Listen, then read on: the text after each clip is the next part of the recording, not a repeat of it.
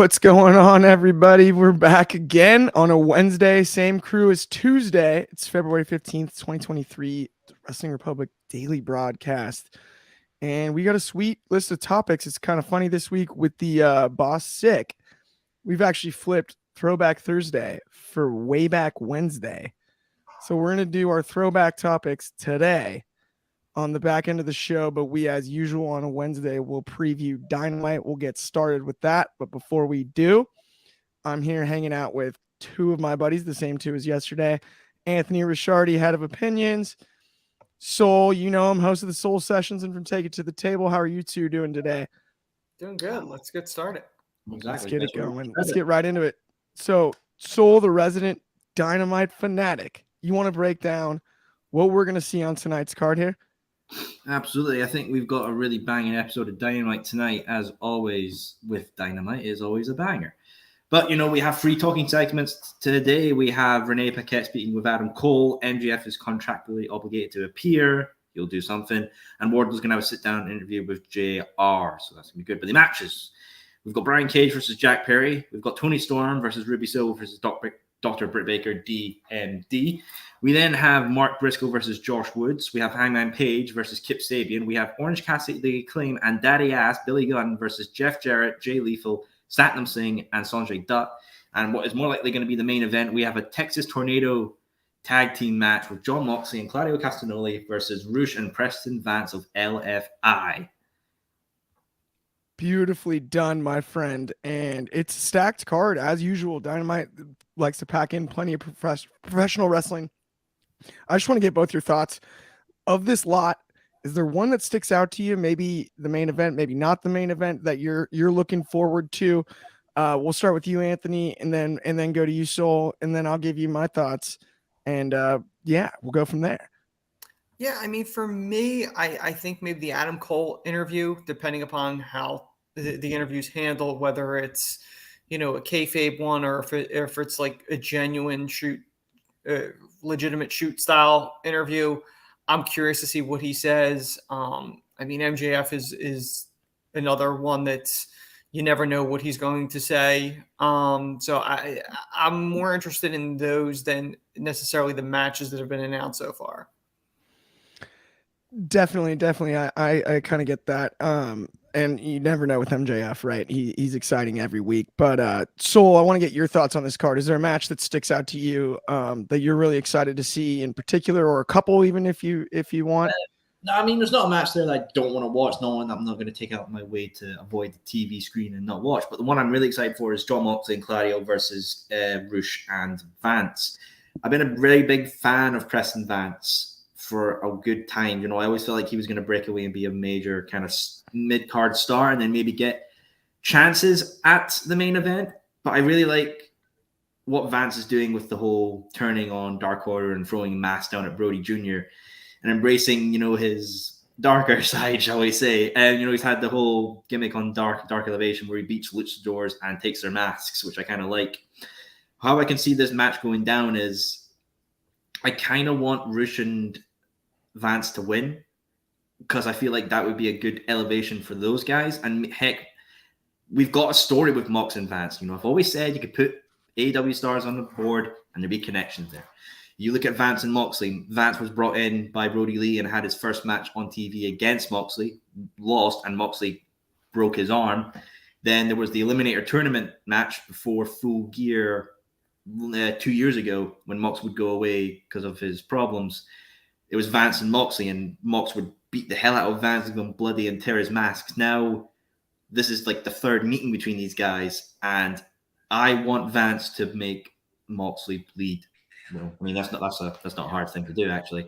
But just to properly brutalize him and get that rage out there. And honestly, I would be happy with Preston Vance of two things: getting a pay-per-view match against Moxley, or being a challenger against Claudio for the Ring of Honor Championship.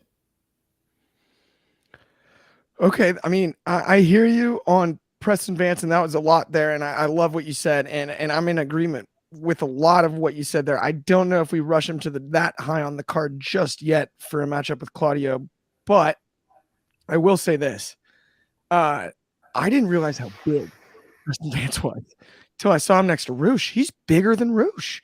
Not that like, but standing in the Dark Order when you see him, especially in like when being the Elite was at its height, standing next to Mr. Burley, you know, he wasn't he didn't appear as big as I now know he is. I mean, he's a giant dude. And speaking of big dudes, though, Brian Cage and Jungle Boy, I think that's one of those ones. If they get the time, that might be my pick personally to steal the show tonight. Would be Cage and Jungle Boy, maybe. If not, it's hard not to go with Mark Briscoe and Josh Wood. And for people who haven't seen Josh Wood, he is bell to bell really good, really good. And I think that's he can bring out the best in Mark Briscoe. They can work a really stiff style the way the Briscoes like to work, the way Mark likes to work. And so one of those two I would look for to steal the show. I would probably give the nod to Briscoe and Wood because I believe it'll get slightly more time than Cage and Jack Perry. I'm not sure also exactly what the plan is for Cage coming out of the match with Jack Perry because he is a Ring of Honor champion and not an AEW champion. And we've seen Jungle Boy essentially on AEW exclusively. I don't see him going to Ring of Honor if he were to lose to Brian Cage for like a rematch or anything. So it does seem like more of a one-off, whereas Mark Briscoe and I could see Josh Wood working some Ring of Honor crossover stuff given his history. But yeah, between those two, that would be my pick. What do you guys think though in that 8-man match? You guys think it's going to be one of those things that's too complicated? I'll start with you, Sol, and then we'll go to Anthony. Do you think that's one of those ones that's going to be off the rails? Because interestingly enough, when they do these multi-guy matches, usually it is superstars or wrestlers, in this case, that you would think with high-flying and fast-paced styles that can really show that inside of an 8-man match. And if you look at the 8 guys in this match, that's not necessarily the case. So I think it's going to be interesting to see how that plays out. But again, we'll start with you, Sol, and then we'll see what you're thinking too, Anthony. No, I mean, I'm surprised Sanjay's in it because I thought Sanjay was, injured beyond capabilities in the ring, like he was retired. But I mean, hey, I'm all for it. I do find them entertaining. One thing I am interested in, where's the Guns? They kind of beat the Acclaim last week, and they're not in this unless they're going to pull a shenanigans and run in and stuff like that. Maybe, but I love the Acclaimed. I love Daddy Ass, OC as well. Fine with it. I got no problems seeing this match. Is it probably going to divulge into a big old brawl? Yeah, but I mean, hey, I enjoy it. I'm happy with it. I really enjoy all the competitors in this match. And, for Jeff Jarrett as well, with his father passing away, to now step into the ring and do this, hey, props to the man to doing that. Well done to him, Jeff. And I hope him all the best. Definitely. Anthony, how do you feel about this one with the multi-man? The one thing I do want to say before I get into that, I do agree with you, Clark. I think the Brian Cage, Jungle Boy, I do think that'll be a good match, especially if they're given the time. I think Brian Cage is a hell of a talent, and I would like to see something happen with him, whether he, re-signs with AEW or goes elsewhere. But as far as the 8-man tag, I mean, Satnam's really not good in the ring. I do give a lot of credit to Jeff for doing this match literally 24 hours after the news of his father, the legendary promoter from Memphis and Jarrett, and co-founder of Impact with Jeff. But that is very much an old school wrestler mentality of going, no, I pay tribute in the ring. I mean, they've done that for years. They just did it with Jay Briscoe when Mark came in for it. I do think, Sol, you have a great point of why aren't the Guns in this? Like I would have thought the Guns would have been in this over Sanjay and Satnam, to be perfectly honest. I'm not expecting much from this just because it's it seems like a really weird group that would be able to click. Like I don't know how this clicks. It's a very an eclectic group, and I'm not sure how this is going to pan out. Yeah, it is interesting how Jarrett does seem kind of tacked on to the group. Yeah. Right? Like, I don't know. What do you think, Sol? I think it's Jarrett's there because, Lethal technically brought him in. When you go back to the feud with Sting and Darby, Lethal was saying to Darby when he crushed his hand under the sliding door thing that, I'm bringing somebody in from Sting's past and someone you can't trust to show you can't trust Sting. And it was Jeff Jarrett. So it's a story thing there. And, Jarrett's done, I've enjoyed Jarrett in AEW. Obviously I wasn't watching wrestling when this whole Jarrett Ring of Terror with, the whole NWA Championship in the old days of TNA. But from what I've seen, I really enjoy the guy. I love, he knows how to work a crowd. He's really good heel. He knows what to do to get all the people riled up and pissed off. So yeah, I'm all fine with Jarrett and Lethal pairing. They do have history with TNA and all that. And yeah, I'm fine with it. It's funny because you mentioned Jeff Jarrett, and I love the perspective, and you talked about, you're like, I started, you're much younger than me and Anthony, and so you started watching later. And so me and Anthony, seeing the career of Jarrett, I'll make a football comparison here for Jeff Jarrett. Actually, Jeff Jarrett to me has always been like the big play wide receiver. When he's good, hey, he's 80 yards to the end zone. He's good. When he's bad, it's drops on balls that are right between his hands, and it's really bad. When he's bad, it's really bad. When he's good, it's really good. His talent is undeniable, but I will fully admit, when he did sign with AEW, it made me nervous. It made me really nervous. So far, so good. And I'm with you, Sol. He's actually kind of, I don't want to say proven himself to me. He didn't have to do that. I do still view him as a legend in the business and an incredible worker, but and not really resurrected either, but almost re-solidified himself as the hand that we all thought he kind of was and should be. The way he worked the Flair match, I think, Anthony, you would attest to this. Yes. Was outstanding. And even coming into AEW and he's not been over the top, you mentioned the Reign of Terror. It's not been that. It's been little thing here, little thing there, and it's really all landed. The guitar shot in LA when I was there live was a really, really good spot. It got a big response from the crowd, bigger than I expected. I barely knew the guy that won the Golden Globe. Shout out to him though. It was a cool spot, and they took that guitar right over the top of his head. But yeah, I have been actually shocked by how entertained by Jarrett I've been. I don't know how long, though, this pairing with Sanjay Satnam and Lethal is going to be or continue to be entertaining. And I also don't know how they fit in an 8-man tag, especially in an AEW ring. It really is a testament to Jeff Jarrett, though. Realistically, when you look at it, Clark, he's one of the very last guys from his generation to still be wrestling on weekly TV. Absolutely. I mean, that's early 90s to now. I think he started in the 80s, I think. But, I remember him, he was on WWF TV as doubled, he was on WCW, he was on WWF, Double J. We've seen him almost in every major company ever, which is pretty impressive. That's what I'm saying. And the fact he's still able to go at his age, at this point, and if he could do anything to help younger guys, look at the talent that he found in TNA. 100%. The Motor City Machine Guns. As a talent scout, I think he's one of the best of all time. And he went international, right? And pulled these people. Didn't he technically sign Okada, by the way, even though they misused him? That was just a partnership with New Japan, I believe. I don't think he was actually signed. No, Okada was signed to TNA, and they used him as a gimmicky character, and he was nobody. That's right. He was over there during his excursion from New Japan. Right. So there was still an agreement there because Nakamura, I think, wrestled there too. Yes. Okada's gimmick based on around the Green Hornet, right? Exactly.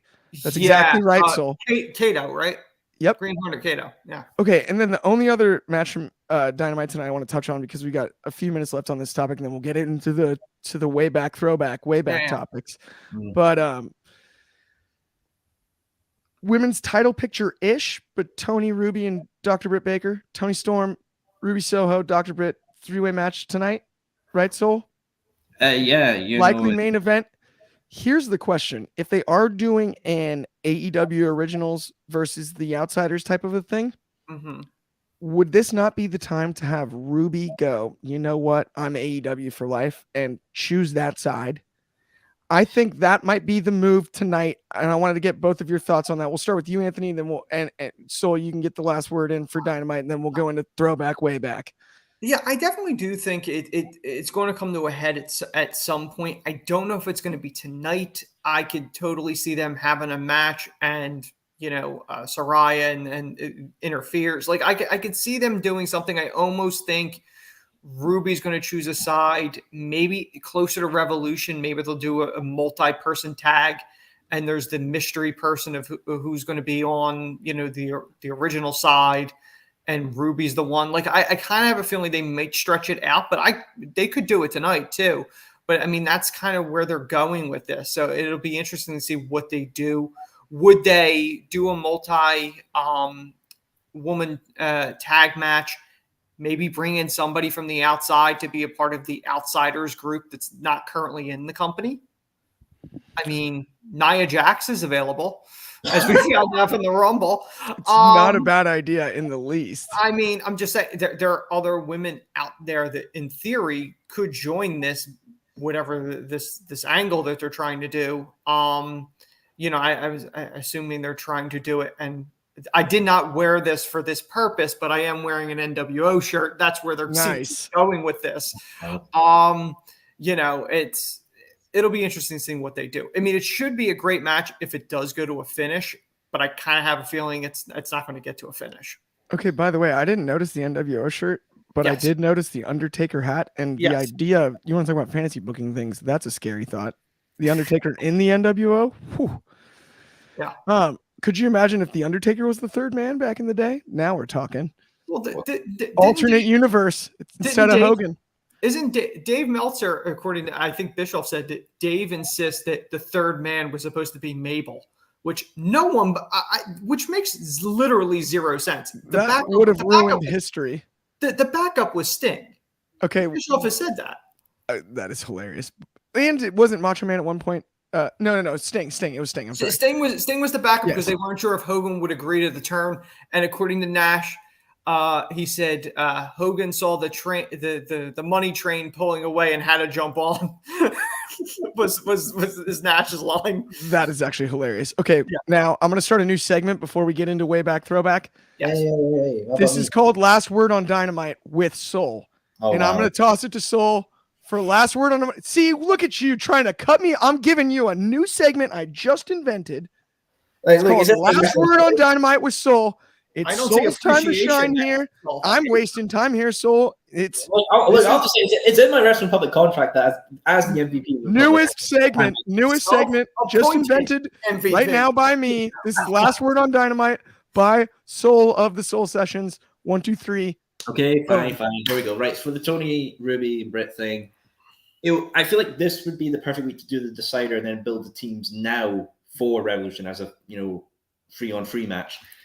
If Ruby goes on to the WWE side with Saraya and Tony, the person that could go with Jamie and Britt could be Willow Nightingale. I know she's not technically an AEW original, but I feel like that would be an interesting matchup. They've all got history there, with Saraya and Britt, Tony and Jamie, and then Ruby and Willow. If Ruby goes on to the AEW side, then the person that could join the WWE side, I really can't think of one other than maybe Mercedes Martinez. I feel like this will be the night where we find out where Ruby's loyalties lie. I like that call, and that was Last Word on Dynamite with Soul, brought to you by Wrestling Republic Daily Broadcast. That was sick, dude. And we invented a segment. That was dope. And we're going to finish up our Dynamite preview with that one right there, exclamation point. And we're going to get into way back Wednesday, throwback, way back, the way back throwback. We got 2 sweet throwback topics with the 2 old guys and Soul, who he's got an old soul. So it's right. It's implied. So perfect crew to give you guys, put you guys in a time machine, a wrestling time machine.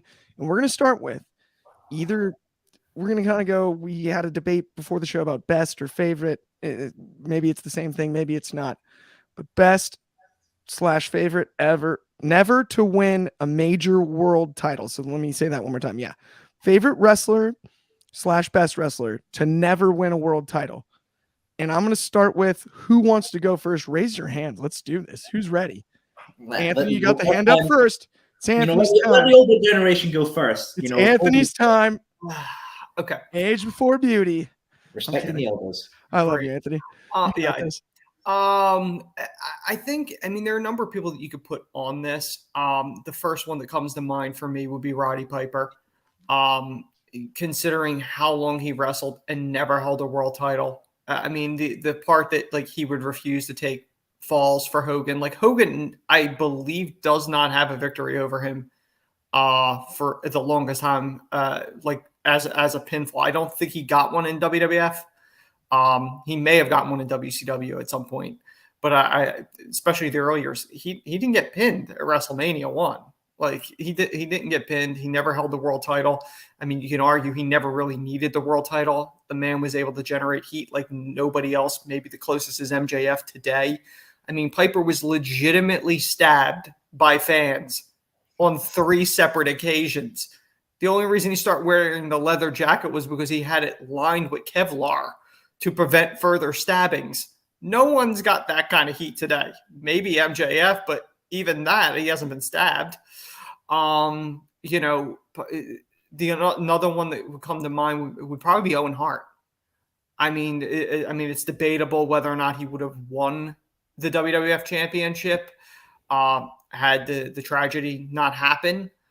I don't know necessarily if he wanted it.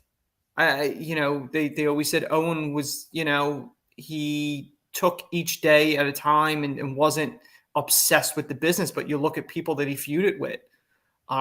Triple H went on to win a world title. If he was in the company at the same time with Triple H as champion, would he not rekindle that rivalry? I mean, I think those were the 2 for me that come to mind, that not necessarily they needed a world title, but it's a little surprising they never did. Definitely. And those are great picks. So we'll go to you next. Who did you have in mind? Obviously, my wrestling knowledge is not as vast as you guys, but someone that comes to mind from research back in the day, say back in the day from like 2020, but I'm going to go with Umaga. I feel like Umaga, if I'm correct, he never won a world title. That's an outstanding call, by the way, and almost nobody booked stronger.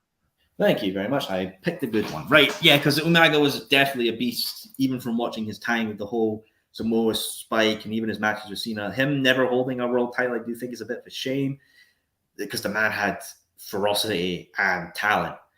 If I had to pick anyone else on the top of my head, this is just all from like research and going on there, but I feel like someone I was researching about a lot, who seemed to have promise but never really got anywhere, is Alex Riley.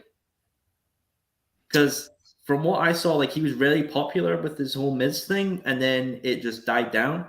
I feel like he was really connecting with the fans from what I saw. Maybe you guys, you oldies. No. He definitely, I would say, for like kind of a dark horse type pick, that makes a ton of sense. Yeah, no, right. I have no issue with that pick.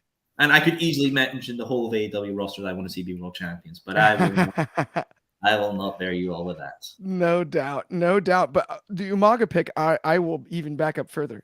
I would say that Umaga's match, when in, people talk about the Super Cena era when John Cena was just unbeatable in big matches.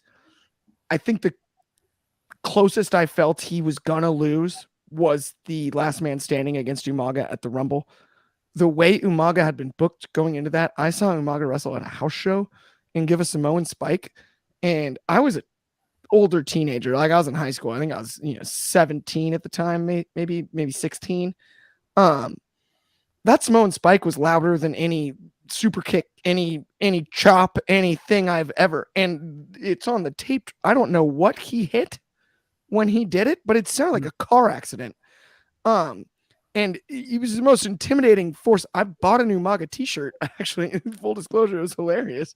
I was like, he was just a beast. I can't lie. That was the time.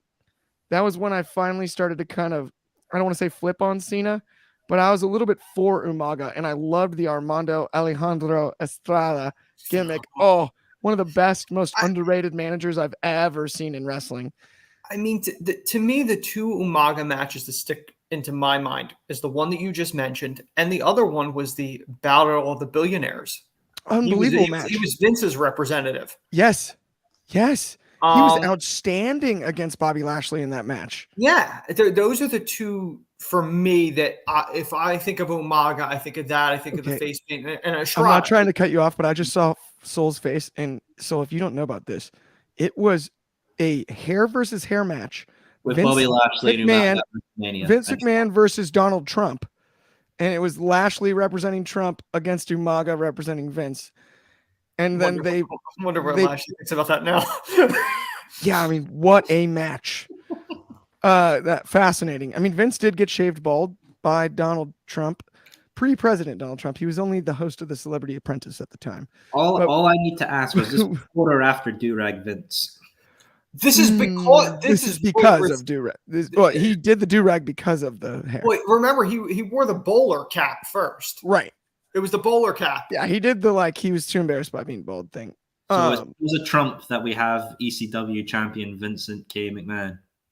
Pretty much. I think yeah. I would blame Trump. That's a good one to blame. How was do-rag Vince? I'll give you that one. How was do-rag Vince not one that ever came out as an action figure? I know we've had this conversation. Probably because of the cultural appropriation part, but I divert. You do realize they did the half and half Roddy Piper figure at one point. I know they did do that, but I'm just saying. Okay, also, my pick is Scott Hall, a.k.a. Razor Ramon. That's who I have. I didn't even talk about terrible production. Who's the producer? Oh, whoops, that's me. I'm picking Scott Hall. Razor. Good pick. I mean, WrestleMania steals the show. I thought he was one of the stronger booked members of the NWO. I mean, they gave Lex Luger a title in WCW, and they don't give one to Scott Hall. I don't really get that. He's kind of a no-brainer to me. I think he's him very much in my eyes is the best wrestler to never hold one. Had Foley not won when he did, I think he would be on that list. But I agree with all the names that we've mentioned. But Scott Hall is the one for me that I'm like, yeah, he should have had a reign. Now, Clark, I think, and you would probably agree with this, what prevented Scott Hall's reign was probably his demons. I would hope. I mean, that would be my thought. That's the only reason, and that there was, because I can't see another reason, unfortunately. But you don't want to, right? And just wish the best for everything. Since but you know what, there was a redemption story there too, and Scott never needed a title. True. He was a phenomenal talent for sure. The bad guy. Yes, gotta love Scott Hall. But I mean, with that, do you guys want to get into Elimination Chamber? Happy. Because this is going to be a fun weekend in Montreal, but there's some history with Elimination Chamber matches, not just the pay-per-view. You got to remember, I believe the first Elimination Chamber was at a Survivor Series. Yes. And then the second was it No Way Out? No, I looked it up, which this seems bizarre to me. The first one happened at Survivor Series, and the second one happened at that upcoming SummerSlam. Like 2004 was the first one, from what I looked. Oh, the Goldberg one was at SummerSlam. I should have known that myself. Which is really surprising. They would do two in the same year. Yeah. I which I mean, didn't not think that was- calendar year technically, because Survivor Series would be November the year before. But no, still. I get it, but it wouldn't even have been a full Yeah. year. I mean, it's from November to August. Yeah, must have just been easy to transport back then or something. I feel like I'm at school Convenient. right now because I've not seen either of these things. Okay. Either one. Okay, no worries, because All right. those are going to be So probably when just- we get to just this to let- later. But Just to let you guys know and the viewers know, I've only seen 4 Elimination Perfect. Chamber pay-per-views. okay, perfect. That's even better, Soul, because that'll make this discussion more fun. So, Well, I'm gonna get so ripped. Anthony, Yes. correct me if I'm wrong though. There was the December to Dismember is the only one with weapons. Yeah, that's from the only ECW pay-per-view under WWE's umbrella, other than Right. the One Night Stands. There's the New Year's Revolution one. Yeah. And then how That's- many did they have at No Way Out? 2 or 3? I'd have to look. I don't. I mean, I have the they've done- DVDs behind me. they've When I done put so many Soul of on screen to do his take, I'm gonna actually look at 2 of the DVDs. But They've done so many of them. I mean, for me personally, my favorite is probably always going to be the original. To be perfectly whoa, honest. don't jump the gun, dude. We're saving favorites. We're gonna do these takes. Hang on. No, whoa. All right, Don't jump the fine. gun just Never yet. mind. Don't jump the gun just yet. Ooh. I'm actually gonna toss it to Soul for his pick. And now that Anthony slightly telegraphed his, unless he changes his mind before Soul's done, we'll hear Anthony talk about the first one. So all of it, I've only seen 4. So they are 2012, 2020, 21, and 22. Those are the only ones I've ever seen. Favorite Elimination Chamber review is 2012, the one where Punk retained his championship because, big Punk mark. But my favorite actual moment from the Elimination Chamber is the 2021, because that's the one where Otis ran through the pod, right, and busted out of the chamber. If I'm correct. Yeah, that's absolutely right. I believe. Yeah, I love that. That was my favorite. One of my favorite WWE moments because I was a big Otis fan. I loved the whole Mandy Rose, Dolph Ziggler storyline thing. And just to see Otis rage up, bullet Dolph, and go through the pod outside, that was a holy shit moment for me. That was pretty much like Mankind and Undertaker thrown off the cell moment for me, honestly, because I was gobsmacked at that whole thing. I was like, holy shit. And God, I remember that moment, just watching it live and just being like, "Oh, this is so cool." I love that whole thing. Absolutely. And it's a fun pick, especially considering the amount of chamber matches that you've seen. Anthony, we kind of know your pick, but you want to dive into that first one's one of my favorites. As you know, my all-time favorite wins that one, but you will let us know. I will. I wanted to tell you there were 4 Elimination Chambers at No Way Out.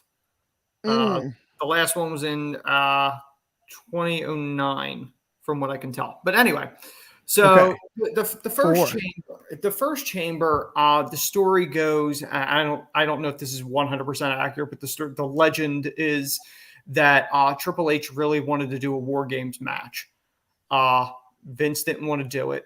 The rumors, if it wasn't created by WWE, they didn't want to do it. So the decision was, okay, we'll do Elimination Chamber. We'll create this match. Now the chamber matches of today, the one difference, and I don't know at what point they changed this, but the metal grates inside the chamber, at least for the original one, and I think for a few of them, there was no padding. Like now, there's all rubber padding on those. It was, if you got slammed, you were getting slammed straight on metal. There was no padding whatsoever. It was a brutal match. It's famous for Shawn Michaels having a really weird set of tights that it was only his second match back. The iconic brown tights where they didn't finish the pattern. Yeah, they didn't finish the pattern. He also had AJ Styles' haircut before AJ Styles had his haircut. He had the weird haircut. And he won that was his last world title. And it was his first one since 98. I really enjoyed that one. Another one that maybe the SummerSlam one. Goldberg speared. I don't remember who. I don't know if it was Triple H. He speared somebody through the pod. Jericho, wasn't it? Who? Jericho? I thought it was Triple H. It could have been Jericho. It might have been Jericho. I mean, probably the best of the recent ones is probably the one last year when Brock just completely tore through people, broke through the pod, which was completely unscripted. But it's Brock Lesnar. You can't do anything to Brock. It's Brock. And Yeah. you know, and No, for sure. and the F5 off of the the F5 spot wise. We'll get into yes. spots next. Yeah, I hate that. I hate that chamber.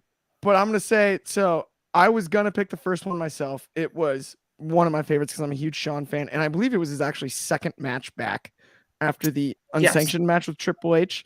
But an underrated Elimination Chamber, and I feel like I'm cheating a little bit by picking this one. And I don't know necessarily that it's my favorite over the first one. I think I would agree with Anthony that that's my favorite. But given the booking, it was the perfect mesh of two great concepts. When John Cena won the chamber with the roll-up on Carlito, that was an amazing Elimination Chamber. It was at New Year's Revolution. It was a huge match, and it was the end of a great pay-per-view, but it also led to the first and arguably most iconic Money in the Bank cash-in. And the image of Cena bleeding and standing up to have to take the two spears from Edge is something I'll never forget. I think that's a chamber that gets overlooked. So if the first one is off the board, that's the one I would go with. If we're allowed to talk worst chambers, people like to say December to Dismember. I strongly disagree. Ryback won the Intercontinental Championship in the chamber and then was on the cover of the DVD. And that's the worst chamber of them all by a lot. December to Dismember looks like an all-time match by comparison to Ryback winning the Elimination Chamber with zero blood, no more of the greats. But before I finish this big rant that I'm on here, Anthony made a point earlier about how the original chamber was so much more dangerous. One of my favorite, there's a scene in it's a network special where they show all the guys preparing for the match, and Booker T turns to Triple H and goes, "Somebody's about to get fucked up tonight." And Chris Jericho goes, "Yeah, that thing's a death trap." It's a great sequence. It's a great quote. Clark, what about the video that they showed? Remember the build up to it? They had a phenomenal video hyping up just 10 tons of steel chains. Tons of steel. I mean, it was a whole it was the Bischoff creation because he was metal grates meant to be unforgiving, bulletproof glass pods. Isn't it they need to bring that back because it was such, and that was before they toyized it with the WWE logo at the top. Like none of that crap was there. Well, and the low ceilings, like remember, like yes. I mean, RVD he didn't do it intentionally, but remember he put his shin across Triple H's trachea on that match. Triple H couldn't breathe for like 5 minutes of the match. Now, let's get into some moments too. We've given our picks for favorites, but we'll just talk, all-time moments. One that gets overlooked often. That I'll give one first, and then we'll go to you, Soul, and then we'll go to Anthony, if that's cool. Overlooked moment from the chamber, and it happened before the match. The Undertaker's coat catches on fire. The Undertaker almost literally burned alive from the pyro. Yeah. Still wrestled the match. The image of him with, I believe, 2nd and 3rd degree burns around his arms and back. After the coach catches on fire, pouring water over himself, sitting in that pod for a half hour before he enters the match. I can't imagine a bigger display of toughness, and it's not necessarily a spot, but moment-wise is unforgettable for me, so I couldn't go without mentioning it. But I know, Soul, you've got a moment in your back pocket here. Which one are you thinking of? I mean, worst moment for me is the one where Drew lost after the chamber because Miz cashed in, prick. But number good ones for me are, Kofi Mania happened in a chamber pretty much, with Kofi being the last one against Daniel Bryan. Mm-hmm. There is the one where Punk was popping out with his pod malfunctioned, then Orton just punt kicks him and then eliminates him straight away. There's also, Shawn Michaels popping up from the bottom of the chamber and super kicking Taker. That's a good one as well. Bray Wyatt eliminating Cena in the chamber, and it was him during AJ, the last two. I think that was another good one as well. And yeah, I mean, I'm not seeing much Chamber, so I can't really comment. Who knows what this week's Chamber could lead to another few great moments. Those are great moments, though. You had great picks, Soul. I'm really impressed. You did some homework for this. I appreciate it, my friend. Anthony, Yeah. give us some more moments. Yeah. Soul kind of took my Shawn Michaels one, which I was going to go Ooh, with. that is a good moment. I mean, the thing is with that moment, that was the catalyst to lead to, was that the first? No, second one. It was the career match to get Taker to agree to it. Yeah. But I mean, it's still an iconic moment. And I do want to touch base a little bit more on the moment you talked about, Clark, with the Undertaker, with the coat. Yeah. There's a lot to that because Taker had said, like, originally he was going to go with the shorter coat. And he goes, thank God. Sleeveless. Yeah, he was going to go with the sleeveless one. And if he would have, it would have been a lot worse. And the story goes that, like, you know, Taker's obviously furious. And I think he said he had a conversation with the pyro guy weeks prior going, I think they're going off too soon. And the guy went, no, it's fine. I don't know if Taker said this directly or I remember reading this. Taker got backstage, looked at Vince, went, I'm not looking for an apology. I just never want to see that man ever again. And needless to say, he never saw that guy again. Poor guy lost his job, but I deserve that one. Yeah.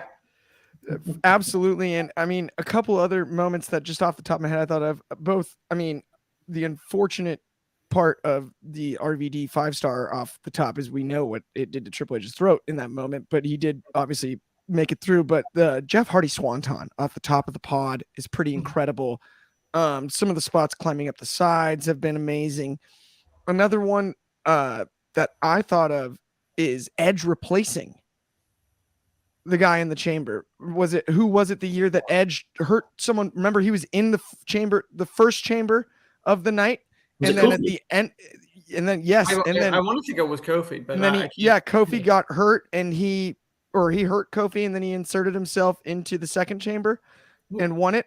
And switch brands. It was an interesting booking move. It was cool. And to work two chambers in one night. I don't know if anyone else will ever do that. Probably not. I mean, that's the interesting part that Kofi got taken out. And then you think of Kofi Mania, he replaced Mustafa Ali in the match. The irony there is not lost on me for sure. One more moment that I remembered though, that, I think gets overlooked is I believe it is Batista that hands the sledgehammer through the grates to Triple H that he hit Goldberg with in that second chamber. That's one of the iconic chamber spots that we didn't mention because, I mean, it's just the irony of not very long after that, Batista is giving the thumbs up, thumbs down and doing the contract thing. After winning the Royal Rumble and then eventually obviously winning the match at Mania and following that with the Hell in a Cell encounter. Overall though, I mean, like you guys said, we're hoping for more moments this weekend at Chamber. I'm not going to lie. Not disappointed. Wish it was for a world title or a shot at one. United States title will do. I really just hope they put on a heck of a show and bring the brutality that we're used to at Elimination Chamber. Any last thoughts, though, guys, before we sign off here? I mean, the only thing with the chambers and even cage matches in general, WWE doesn't do blood anymore. Right. Not saying that everyone has to bleed, but when you're having a match like that, whether it's a cage, whether it's a chamber, I mean, you kind of want to see that because I think it adds to it. And just in general, I think it adds to the match. I would agree with that 100%. Anything else from you, Soul? You got anything today? No, I think Elimination Chamber is going to produce some moments, good or bad. I guess we'll just find out when the day comes arise. I mean, hey, it's got a banging theme by Skillets. So, event could be shit. It's got a banger theme. Absolutely. And thank you, everybody, for tuning in today. That's going to be all for today's show. We'll be back again tomorrow. Earlier time, I believe, but same place. And that's it from us here at Wrestling Republic. Thanks so much for watching. Hit that like and subscribe, and we'll see you guys soon. Peace.